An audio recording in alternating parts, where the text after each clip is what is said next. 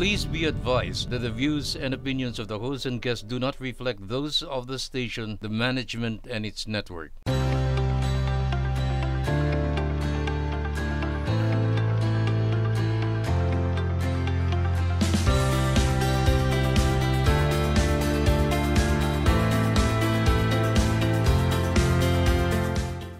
Hello everyone! Kamusta naman ang lahat? Sana ay nasa mabuti kayong kalagayan, especially those who are affected by the previous typhoon. Hangad namin na kahit papano ay maibsan ang inyong worries sa pamamagitan ng pag-aalala sa katatagan nating mga Pinoy. I'm Mara Munoz, along with today's hottest award-winning journalist.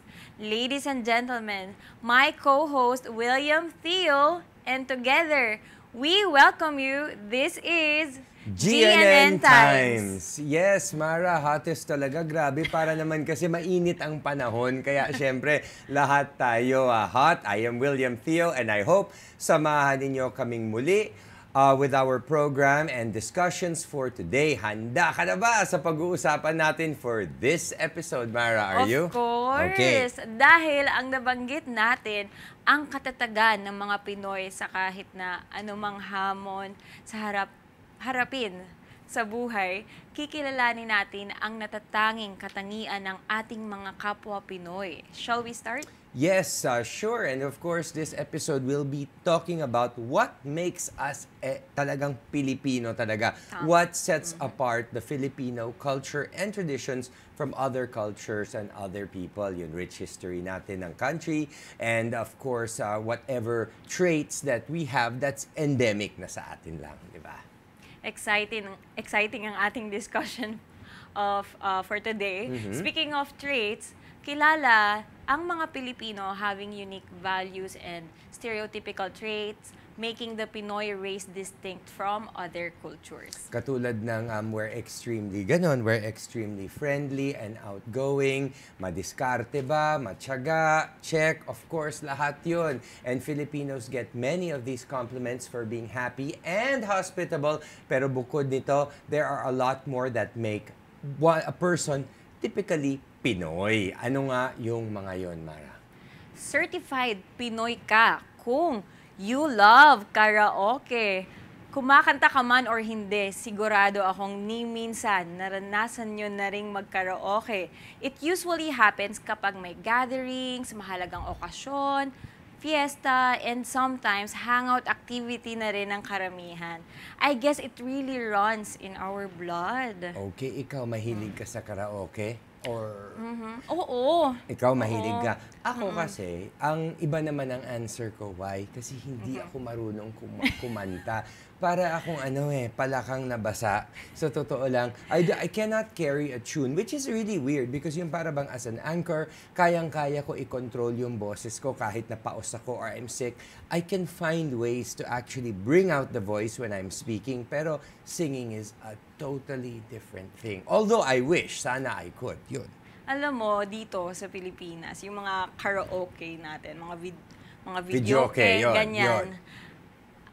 Nag-i-score yan, di ba? Oo, yes. So, kahit hindi maganda yung boses mo, kung mataas yung voice mo, or nagiging 100. Kung nakaka-keep up ka dun sa tempo at bilis ng song. Basta-basahin mo lang din. Tama ba? So, accurate ba yung mga scoring na yon? Hindi. See? Kasi nangyari na yan, nung bata ako. Hindi ako marunong kumanta. 99 ako. Rinig na rinig pa sa buong barangay. Okay, wow. O yun. And then, so yun, videoke is one, di ba? Lalong-lalo na sa mga get-togethers. Tama? Tama. Okay. Sa lahat, get-togethers. At saka, ito ang pangalawa. Do you make food available to everyone? Kasi ang Pilipino, alam naman natin, pagkalimbawa, di ba, galing ka sa ibang bansa or uuwi ka dito, maraming pagkain na ihain sa'yo, kahit busog na busog ka na, sasabihin, oy, kain ka, di ba? Kahit saan ka, lalo sa probinsya, actually. Kapag may mga celebrations, mga fiesta, kahit ganon. hindi invited, nagpupuntahan. Pero sige, punta lang kayo, ganyan sa probinsya. Everybody welcome. Everybody's welcome. Okay. Kahit anong kakilala, hindi man kakilala, talagang aalukin mo na kumain. Okay. And ikaw, basically, what's your favorite place to go na medyo throughout your life? Yun ang para bang hindi ka nagsasawa at yun talaga ang pinupuntahan mo? Kasama mga kaibigan ko, lagi kami nag-aayaan sa Sausawan. Okay. That's in Parañaque, Better Living. So, Sausawan Bar and Grill restaurant siya. Masarap yung mga food, lahat mga Pinoy. May kare-kare, may chicharon bulaklak. Wow, napaka-healthy, di ba? Of course, Napaka-healthy. napaka-healthy. Mga Pinoy talaga, no? Oo. Doon kami nag-aayaan kasi malapit lang din sa bahay namin. So para bang after work or para bang at any given time, it's convenient to go to. Yes, Oo. napakadali. At saka syempre, bukod dun, di ba? Pagka may hangout place ka, kilala mo rin yung may-ari at saka they're willing to bend over backwards for you kung may kailangan ka or something. Yon. Okay, and it may not be a real invitation to eat but more of a courteous way na gusto mong kumain. They can also, parang ano na, yung para bang meaning to say, kung wala sa menu yung gusto mong kainin. Di ba? Oo. Minsan they're going to go out of their way, titingnan nila kung paano kanila mapapagbigyan. Correct? Yes, ganun ka welcome ang mga Pinoy talaga. So, pangatlo, cook well and you find joy in eating. Okay. Who doesn't find joy in eating? Now, this is something unbelievable kasi wherever you come from, alam ko na alam nyo yung mga specialties nyo sa inyong pinagmulan. Like me, I'm from Bicol and I really love Bicol Express. Ako, Have you tried laing. that? Yeah, Bicol yes, Express, and laing, diba? Actually, anything with gata is really yummy. Di ba? It Super. really is. I really love laing. And I think, the weird thing about it is, for me, sa lahat ng mga regions, parang Bicol and Kapampangan have the most para bang exotic and the most typical yung mga talagang Pinoy dishes, di ba? Ang sarap nila magluto. Yes, Yun. oo. My parents are from rin kasi, Bicol. Oo. So, sa bahay, kapag magre-request lang ako ng Bicol Express, ng laing, Kaagad makakapagluto nila. sila. Okay. Napakasarap. Ako naman, hindi ako marunong magluto, pero I love eating. Yun naman. Ako din Pero hindi sa marunong hindi magluto. talagang marunong Hindi din magluto. ako marunong. Okay. And ikaw, speaking of traditions, no, have you tried eating with your hands? Do you practice this up to now? Oo, simula bata ako, lalo yung mga budol fight. Diba? Yun isa sa mahaba, dahon na tapos mahaba. yes. Yan. Kumakain ako niyan. And isa rin sa gusto kong nagkakamay, yung inasal sa Bacolod. Di ba medyo orange pa yung rice niya dahil nilalagyan Oo, yung ng oil oil. ng chicken? Yes. Oo, the chicken oil. Yes. Dito sa Manila, yung mang inasal, yun lahat ng kumakain doon, nagkakamay talaga. Tapos unlimited rice pa. Oo. And so, speaking of unlimited rice, parang kanin is life daw. Those foods like yung mga silog meals, like tapsilog, long silog, bansilog, tosilog, ganun. Mahilig ka ba doon?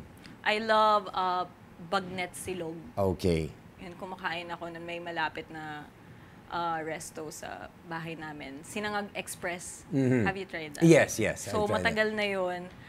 24 hours laging may customer. it. Okay. And yun lagi kong order. And tapsilog. Oo. There. Ikaw din ba? Yun ang mga basic Filipino fares. Oo Yeah. naman, masarap naman yun. Pero syempre, ako, since I'm getting a little bit older, mas nagiging trying to be a little bit healthy. Healthy foods, Kakainin ko yun if I can work it off. Kung alam ko meron akong time na Kung mag-gym. mag-workout Kung ka. hindi, I'll just, yun. Pero ang problema ko naman, I cannot control my sweets. Doon naman ako talagang sobrang weakness ko ang kakanin.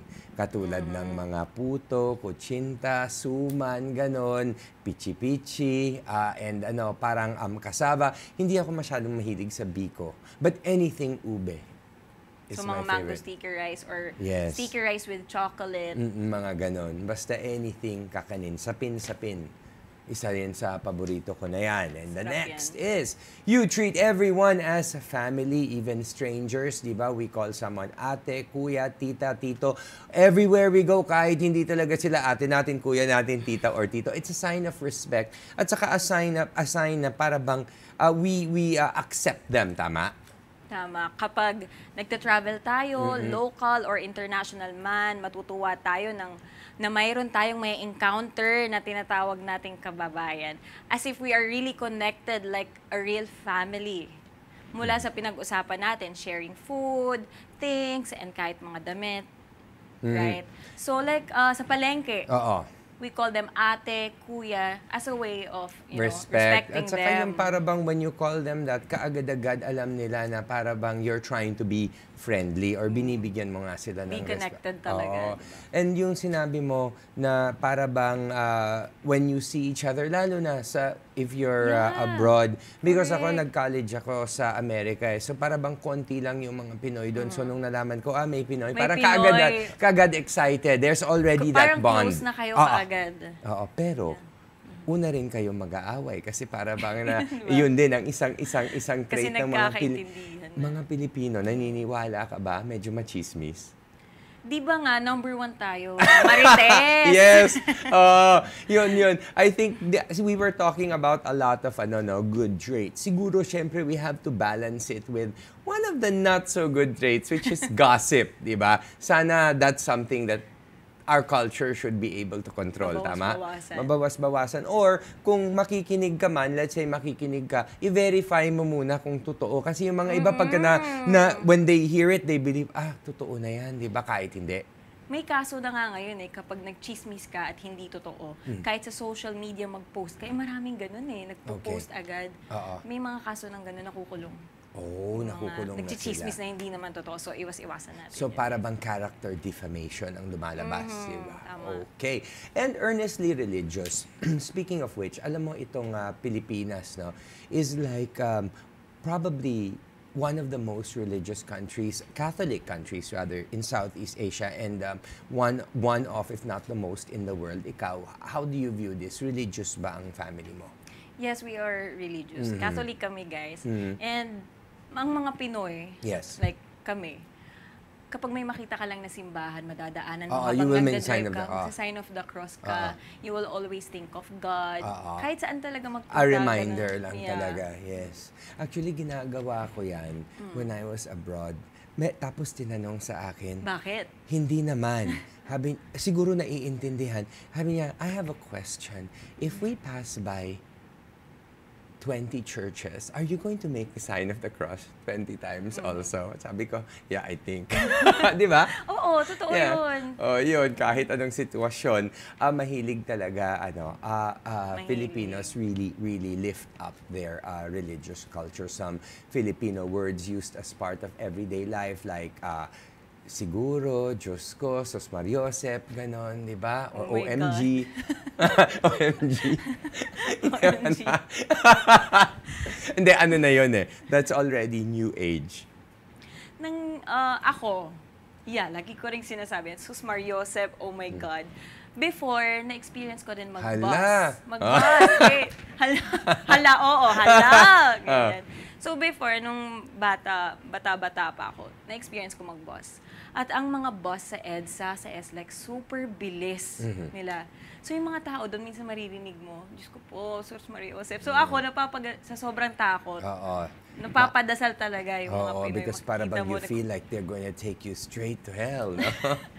parang maa-aksidente.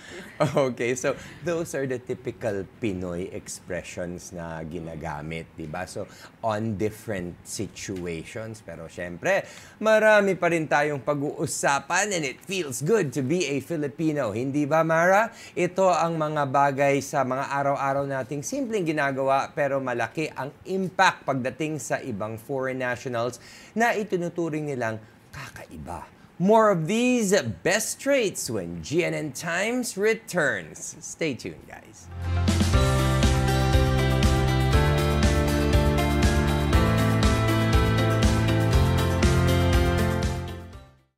And we are back to GNN Times. Sa pagpapatuloy ng ating talakayan, narito ang mga additional traits na kinalakihan natin sa Pilipinas. Or kung hindi naman nararanasan, at bukod tanging napapansin sa atin ng karamihan. Yes, and that's right, Mara. Certified Pinoy ka kung number 6, your courage has been put to the test. Kahit ilan pang bagyo ang dumaan, alam natin na walang sukdulan ang katatagan ng ating mga kababayan Pinoy. Ngiti pa rin kahit apektado na ng mga pagsubok na dumadaan, katulad ng mga bagyo, diba? We can get back on our feet. And one of the most difficult ones is pagka nasunugan ka. Kasi pagka nasunugan ka, you really lose everything. Yun ang medyo mahirap. So para bang itunuturing na modern day heroes ang mga manggagawa because they also get through everything just like our local heroes. So example, pagka sinasabing bayanihan, what comes to mind para sa'yo? So, tulong-tulungan ang lahat, di ba? Ang isa sa pinaka-naalala ko sa ganitong topic, bayanihan, is yung nangyari sa Tacloban. Yes, during Bagyong Yolanda. Di ba? Makikita natin na karamihan sa mga Pinoy, nagtutulungan talaga. Pumupunta pa sila sa Tacloban para lang maka-share ng tulong nila, kahit maliit man ito. Ginagawa nila yung best nila. To help their, para bang their kababayan get back on their feet. Yes. Diba? So yun din naman ang isa sa maganda, of course. And pagka sinasabing community pantry, diba, ganun din. Somehow, para bang when one has something, they try to share it with their less fortunate, di ba? Like, for example, sa mga barangay, di ba? For example, me, kung birthday ko, gusto kong mas makatulong ako. Pupunta ako sa isang barangay, magdadala ako ng mga food. Madalas ngayon, mga goto, ganyan, or mga just to mga share fast food. blessings. To para share bang, blessings sa mga nangangailangan talaga. Ganun ang Pinoy talaga. Yes, and sa totoo lang, so you believe in the saying that it is better to give than to receive. Yes. Mas mahal mo pa yung iba kaysa sa sarili mo. At saka para bang sinasabi nga nila, at least if you're in a position to give, it's better than asking eh. Kasi if you're asking, parang ikaw ang nangangailangan ng tulong. Mas maganda yun ikaw nakakabigay. Okay. So, katulad ng volunteers working in typhoon-affected regions, alam naman natin ang ating bansa, it's really in the path of practically every typhoon. And the sad thing is, hindi natin alam kung kailan siya darating. We only have yung parabang halos 2 seasons, the wet and the dry season. And ito, right now, we're entering already into the wet season. So, kailangan June, paghandaan talaga natin ang mga possible na mga bagyo na mga dadaan. biglaan. Yes, that you only have 1 or 2 days to prepare for. Mabuti nga ngayon, you can sort of predict it already. When we were younger, when I was younger, you still can't. Basta pag-ahandaan mo na lang yun pagka dumating. In advance na, no? In advance, yeah. Okay. Talagang nanatiling positibo kahit sa pagharap sa hamon ng buhay. Ang mga Pinoy, our courage are truly immeasurable, and it is something na talagang nakaka-proud bilang Pinoy. Okay. Pag-usapan naman natin ngayon, Mara, and I think this is one of the most important traits, not only sa Pinoy, but as a person, yung sense of humor.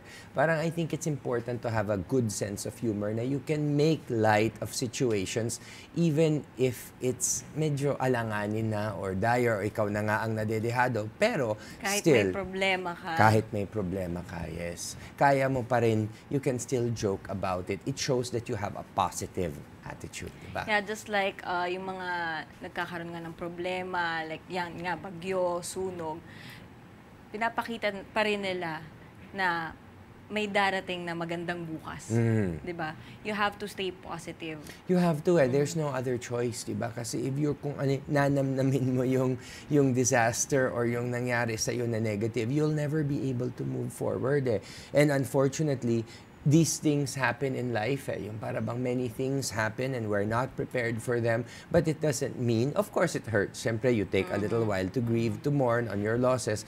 Pero the truth is, it's the getting up. You know, getting up is what makes you strong and then moving forward, diba? You need to do something. Yes. And learn from whatever it is na para bang naging dapat mong matutunan dun sa lesson na yun. Kasi kung puro lungkot lang din. Oo, masakit nga. Sabi mo, Yeah, masakit nga naman yun. talaga. Masakit We cannot talaga deny yun. it. Oo. Pero you have to be strong.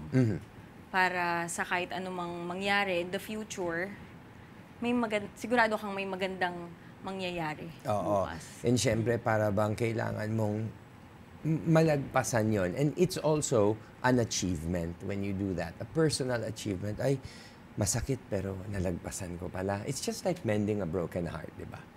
Oy, napag-usapan natin yan off-cam kanina. Okay. Siyan. Okay. William naman. Okay. Oo. Natural para sa mga Pilipino ang pagiging masayahin at palabiro. Kahit mahirap ang pinagdadaanan, katulad na napag-usapan natin, sa buhay, magagawa pa nilang maging light yung mood nila at to ibaling yung attention nila sa ibang bagay, no? Oo. Lalo nitong napapalabas ang ordinaryong katangian ng tao, higit lalo kapag kasama ang ating mga mahal sa buhay, pamilya, barkada o kaibigan. Di ba pag ang pamilya mo nandyan, mawawala talaga lahat ng problema mo. Silang uunahin mong takbuhan kung may problema ka. Uunahin mo talaga kaysa sa sarili mo. Ganun ang mga Pinoy. Pag andyan ang pamilya mo, mawawala ang lahat ng problema. Kung ang problema mo ay yung pamilya mo, paano yun? Paano silang tatakbuhan? I'm just kidding. Kaibigan mo. Okay, diba? pero ganun na rin ang concept. I'm just kidding. Hindi, ang mga Pinoy talaga, pamilya number one. Di ba guys? Number one ang pamilya dito sa Pilipinas. Yes. At saka, hindi lang yung hindi lang yung para bang your family lang na para bang even the extended family kasama na rin yan minsan, di ba?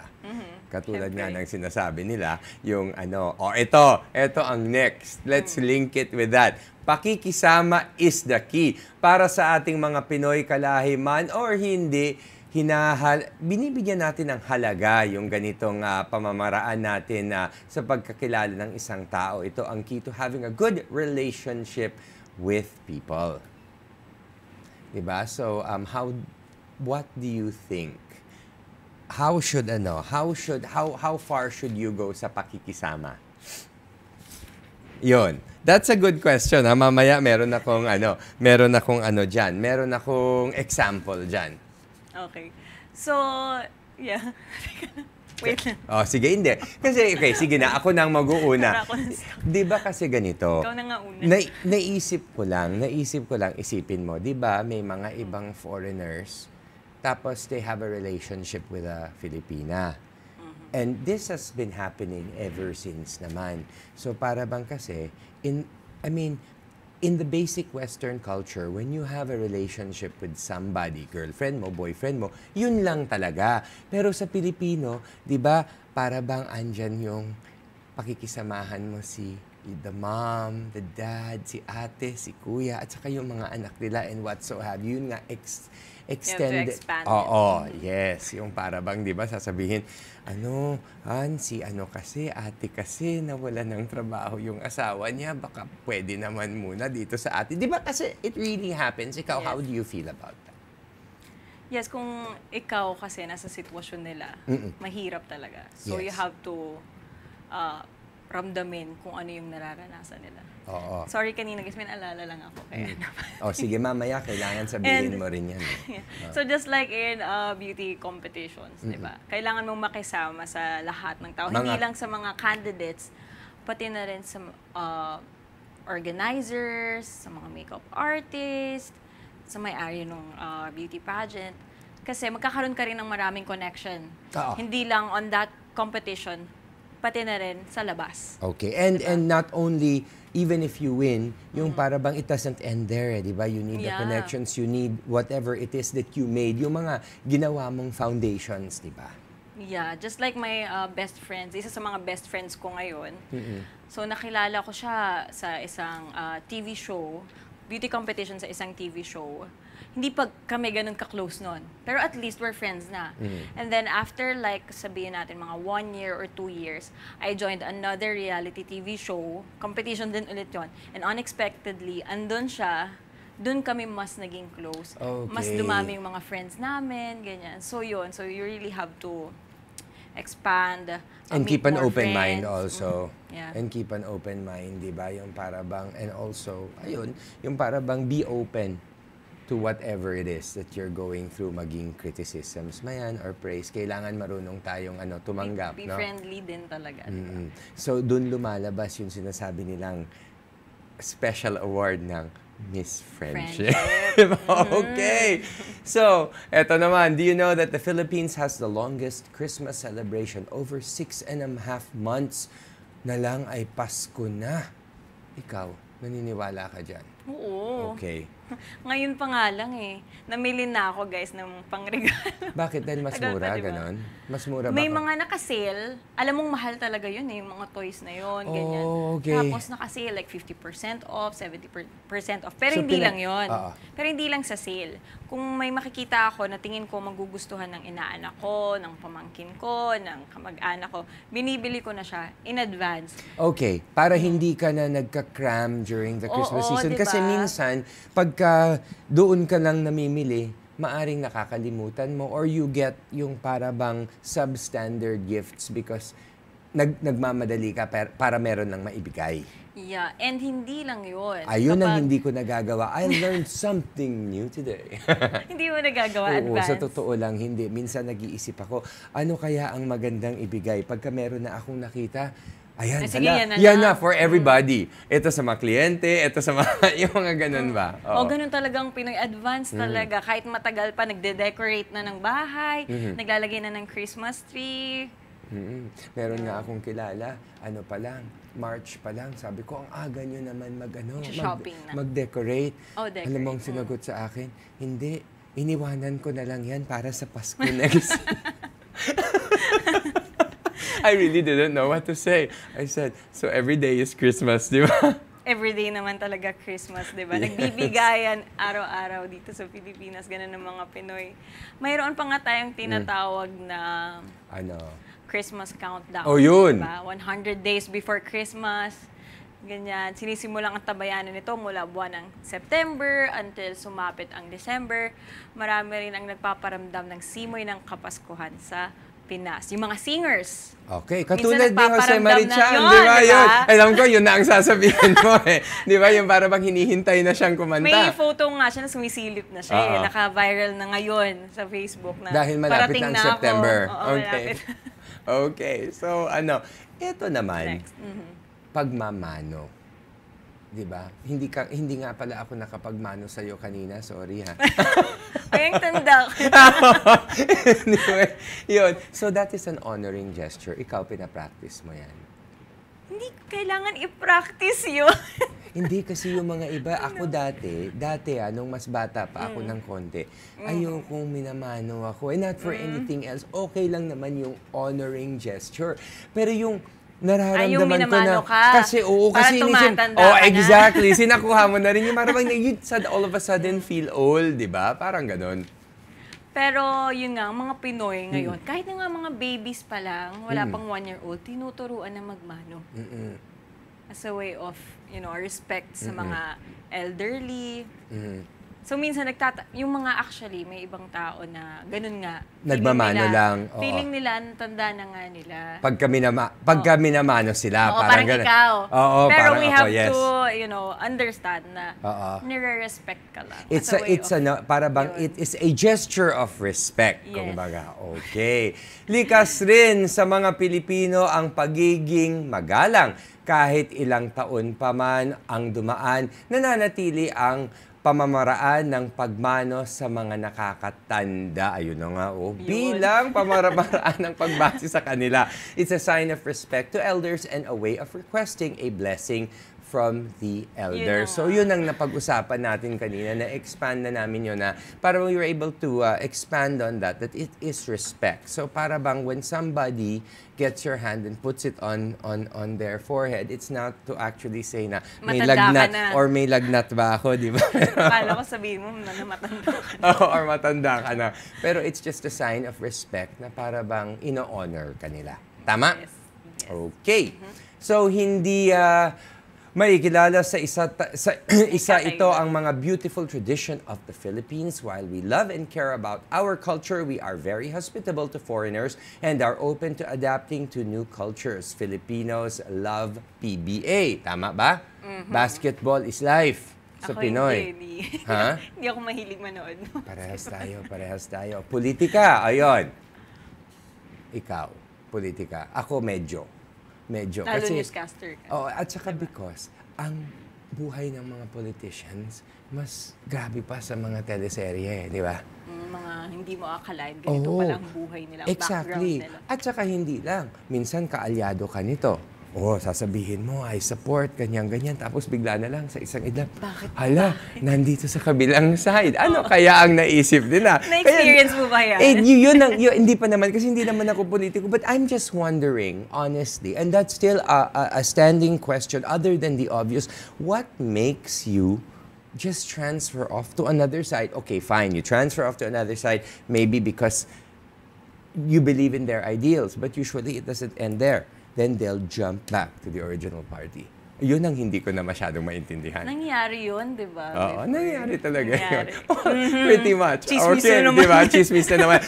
Pero hindi naman siya chismis dahil we're not name-dropping people. Pwede kang magsalita na ganyan. Always in third person, guys. Okay.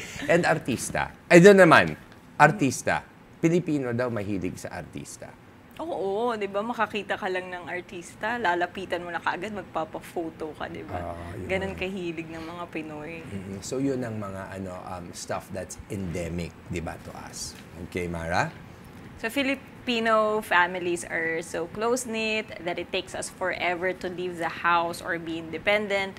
Filipinos are slow to anger, but when we finally decide to fight, we fight till the end. Example, World War II, Spanish colonization for 300 years.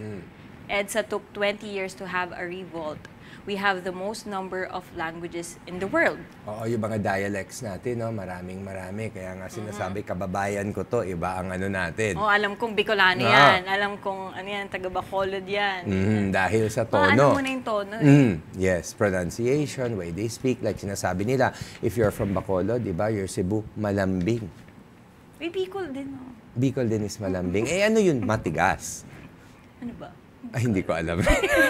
Pero I'm sure meron. Okay. And we fraternize with our province mates and we are proud of our lineage. Our faith is strong. Our belief in the supernatural is also strong. Ikaw naniniwala ka dyan yung mga supernatural beliefs? Oo, yung mga, di ba? Mga Pinoy, di ba? Yun, hindi ka pwedeng umihi dito. Minsan, pagka you're, like ako, kung nasa bukid ka, di ba, and there's no bathroom, di ba? Kung may puno, magsasabi ka ng magtabi-tabi po. Sabay pa tayo. Tabi-tabi po. Okay. So that's it for this segment. To our televiewers, I hope marami tayong maipakikilalang traits of how it makes us a Filipino mula sa ating topic. Abangan at panoorin pa ang aming upcoming episode sa Golden Nation Network. Mapapanood ang GNN sa GSAT, DirecTV Channel 1, Sky Cable Channel 73, Pacific Cable Channel 28 at sa iba pang cable providers, pati na rin sa UHF Channel 46. Thank you to everyone who watched our episode today. Thanks to you too, Mara. Of course, always a pleasure to be hosting alongside you. Of course, lalo kapag hot pa ang kasama mo, di ba? Kala ko nakalimutan mo yan. Grabe. Until next episode here on GNN Times.